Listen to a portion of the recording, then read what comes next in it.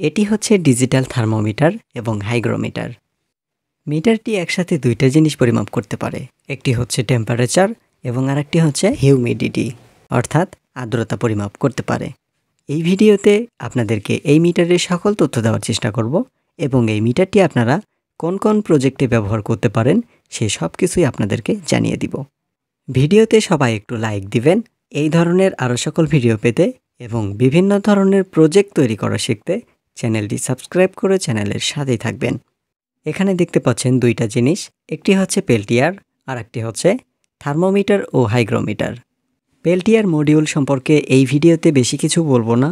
মডিউলের এখানে দেখতে পাচ্ছেন পজিটিভ এবং নেগেটিভ দুইটা তার আছে। এই দুইটি তারে যদি আপনি 12 ভোল্ট ব্যাটারি কানেকশন করে দেন তাহলে মডিউলের এক পাশে গরম হবে এবং এক পাশে ঠান্ডা হবে।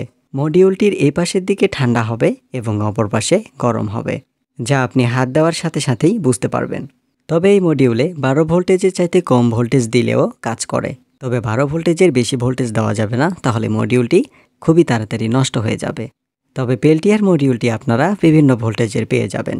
আমার হাতে যে পেল্টিয়ার মডিউলটি দেখতে পাচ্ছেন এটি 12 ভোল্টেজের। তো যাই হোক, এই ভিডিওতে এর সম্পর্কে না বলি, আপনাদেরকে থার্মোমিটার ও হাইগ্রোমিটার সম্পর্কে জানিয়ে দেই। দুইটা জিনিস একই সঙ্গে কিনেছিলাম তো এই জন্য একটু দেখালাম আর কি।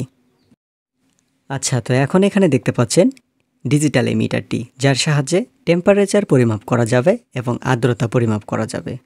মিটারটি অন করার জন্য মিটারের পেছন দিকে এখানে ব্যাটারি লাগাতে হবে, আর এই ব্যাটারিগুলো আপনারা মিটারের সাথেই পেয়ে যাবেন। ব্যাটারি হোল্ডারে ব্যাটারি বসানোর পরে এই কভারটি এখন লাগিয়ে দিতে হবে। মিটারটি অন হবার পরে এখানে দেখতে পাচ্ছেন আমি যেখানে আছি এর আর্দ্রতা হচ্ছে 86% এবং টেম্পারেচার হচ্ছে 32.4 ডিগ্রি সেলসিয়াস। ভিডিওটি করার সময় ঘরের ফ্যান অফ রেখেছিলাম, এজন্য টেম্পারেচার ও আর্দ্রতা আপ ডাউন হতে থাকবে। মিটারটির সেন্সর হচ্ছে কিন্তু এটি।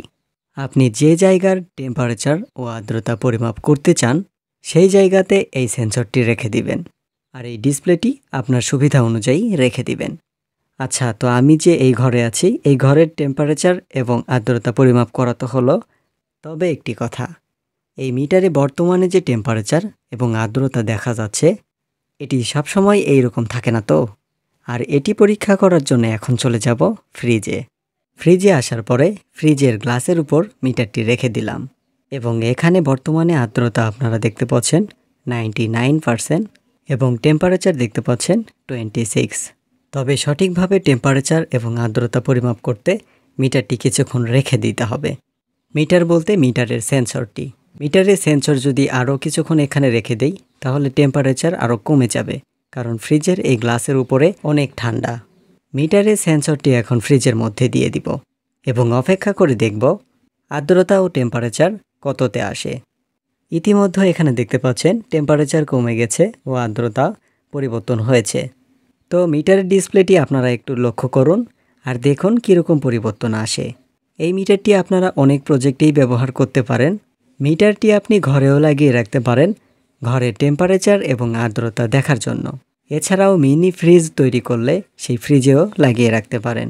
এছাড়াও ইনকিউবেটর, ফুড স্টোরেজ রুম, এই ধরনের বিভিন্ন প্রজেক্টে এই মিটারটি আপনারা ব্যবহার করতে পারেন।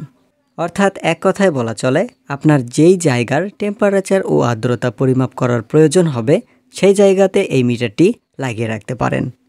মিটারটি টেম্পারেচার ও আর্দ্রতা পরিমাপ করতে পারে, যা আপনারা দেখতেই পাচ্ছেন, হয়তো একটু 19-20 হতে পারে।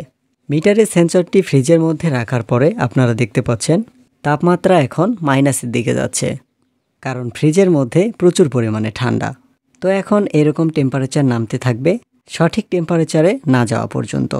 ভিডিওতে সবাই লাইক দিবেন এই ধরনের আরও সকল ভিডিও পেতে, ইলেকট্রনিক্স সম্পর্কে জানতে, বিভিন্ন ধরনের প্রজেক্ট তৈরি করা শিখতে চ্যানেলটি সাবস্ক্রাইব করে চ্যানেলের সাথেই থাকবেন।